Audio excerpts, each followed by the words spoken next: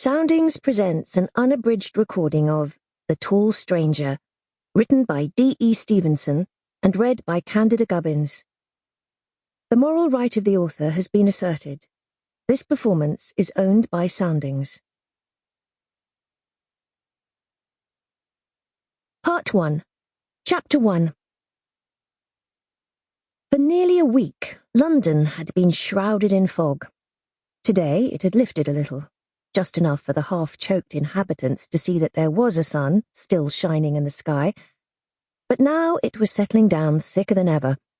It was, for all the world, like a dirty grey blanket. Nell Babington had finished her work for the day. She was secretary to a doctor in Kensington. She put on her coat and hat and took up the neat pile of letters which were ready for the post. Then she called out to Mrs. Ridge, the doctor's housekeeper, to say she was going. Mrs. Ridge was downstairs in the kitchen. A voice came up from the nether regions.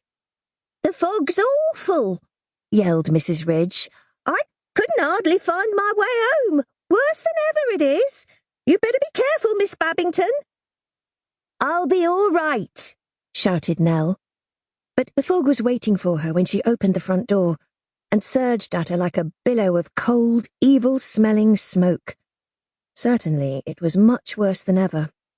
There was something so sinister about it that she shut the door hastily, with herself still inside. The reaction was instinctive. There was no sense in it. Sooner or later she would have to go out and find her way home. But all the same, she lingered. The hall was warm and comfortable, with its thick crimson carpet, solid mahogany furniture, and grandfather clock, which ticked complacently and kept such admirable time. It was the sort of hall which gave one a feeling of security, and this was exactly what it was intended to do. Nervous patients were soothed by the atmosphere of permanence and stability. Some of them were reminded of their grandparents' homes which they had visited in their childhood. It's clever, thought Nell, but without surprise, for she knew already that Dr. Headfort was clever.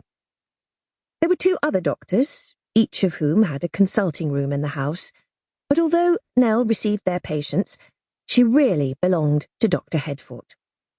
She had belonged to him for more than a year and liked the job, for he was absolutely dependable and there was no nonsense about him.